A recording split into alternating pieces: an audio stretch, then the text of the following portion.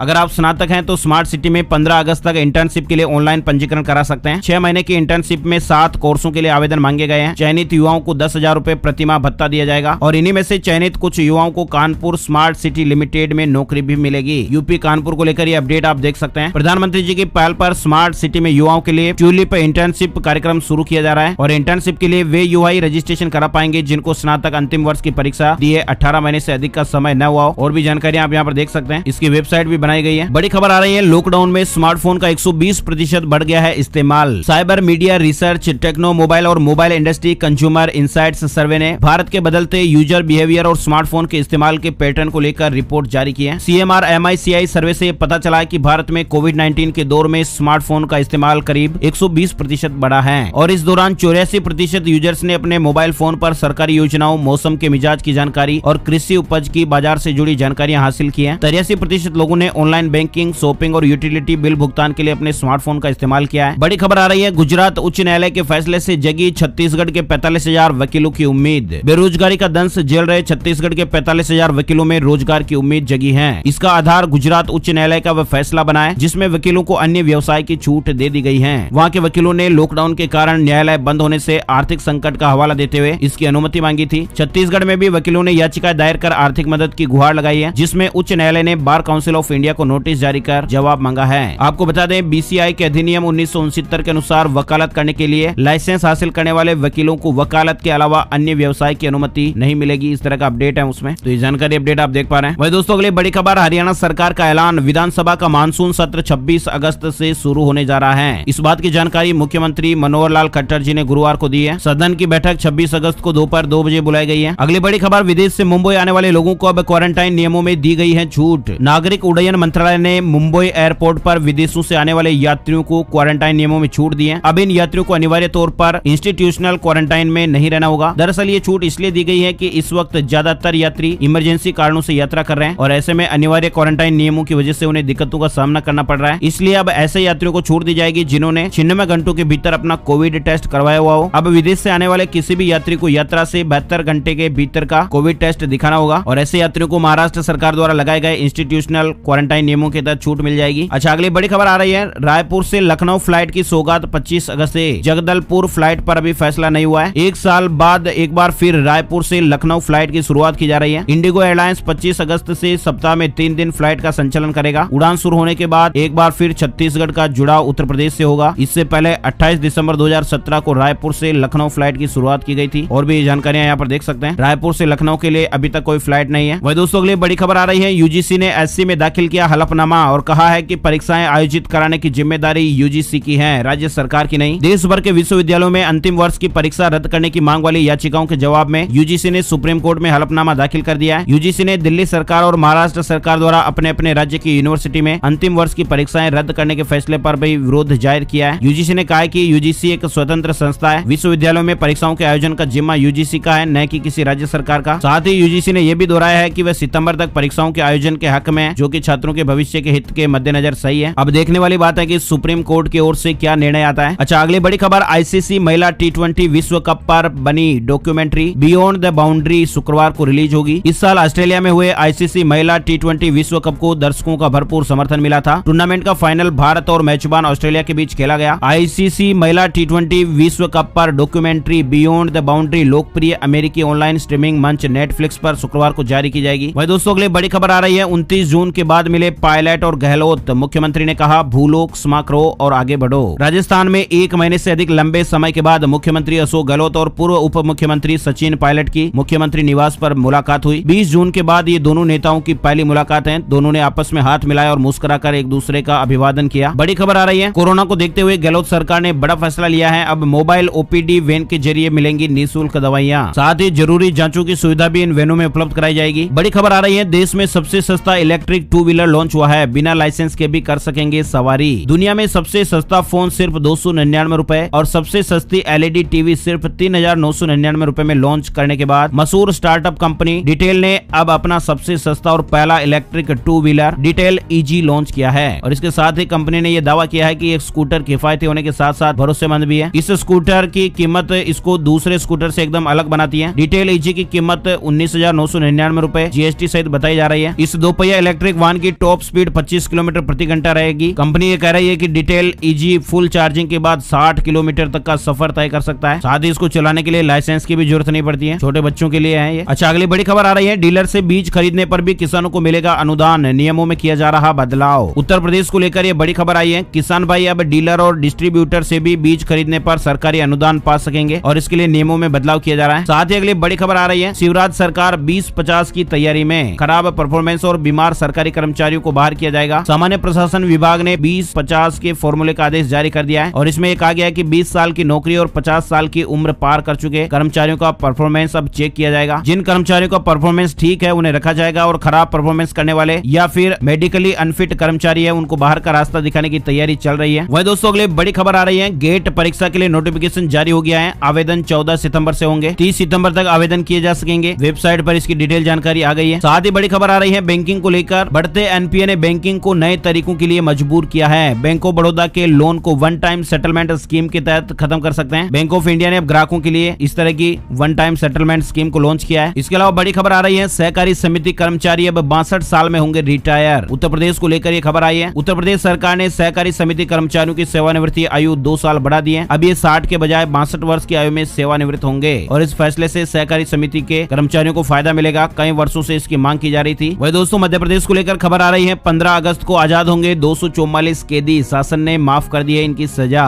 बता दें कि 14 से लेकर 20 साल तक का कारावास काट चुके ये कैदी अब अपने घर जा पाएंगे। इन कैदियों को अच्छे आचरण की वजह से रिहा कर दिया जाएगा। इस बारे में मध्य प्रदेश सरकार में गृह मंत्री नरोत्तम मिश्रा जी ने बताया है कि स्वतंत्रता दिवस के मौके पर 15 अगस्त को इस बार प्रदेश की जेलों में आजीवन कारावास की सजा काट रहे 244 बंदियों को रिहा किया जाएगा। कई सारे मापदंडों को देखने के बाद फिर सरकार ने इस तरह का फैसला लिया है। आइए दोस्तों बात कर लेते हैं gold price today, silver price today update को लेकर। अंतर्राष्ट्रीय बाजार में तेजी के बाद गुरुवार को राष्ट्रीय राजधानी दिल्ली में सोने की कीमतें 11 रुपए बढ़कर 53,132 रुपए प्रति 10 ग्राम हो गई और साथ ही चांदी पिछले कारोबार से 1554 रुपए बढ़कर 68,349 रुपए प्रति किलोग्राम रही। तो दोस्तों आज के वीडियो में फिलहाल बस इतनी खबरें। उम्मीद आपको वीडियो अच्छा लगा होगा। हर रोज आपके मोबाइल पर ऐसी ही काम की खबरों का वीडियो आपको हर रोज दिखाई देता रहेगा। इसके लिए आपको लाइक और शेयर करना है और पहली बार ये वीडियो देख रहे हैं तो लाल वाला सब्सक्राइब का बटन भी जरूर दबाना है। आज के वीडियो में फिलहाल बस इतना ही। जय हिंद, जय भारत, वंदे मातरम।